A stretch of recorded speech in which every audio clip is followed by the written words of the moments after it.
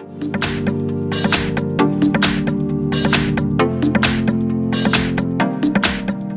got Alcatel 5V, and let me show you how to block a number on the following device. So at first you have to open your phone dialer, then tap on more icon, which is 3 dots one in upper corner, and then click on block numbers. Now if you would like to add some number to the blacklist, just click on add a number. Enter the number that you would like to block, tap on OK or block. And now, as you can see, this number is blocked, so you will not receive any calls or messages from this number. If you would like to delete this number from your blacklist, simply click on the cross icon, tap on unblock, and from now on this number will be able to reach you. So that's it. This is how you can block a number in your Alcatel 5V. Thank you for watching. Please subscribe our channel and leave the thumbs up.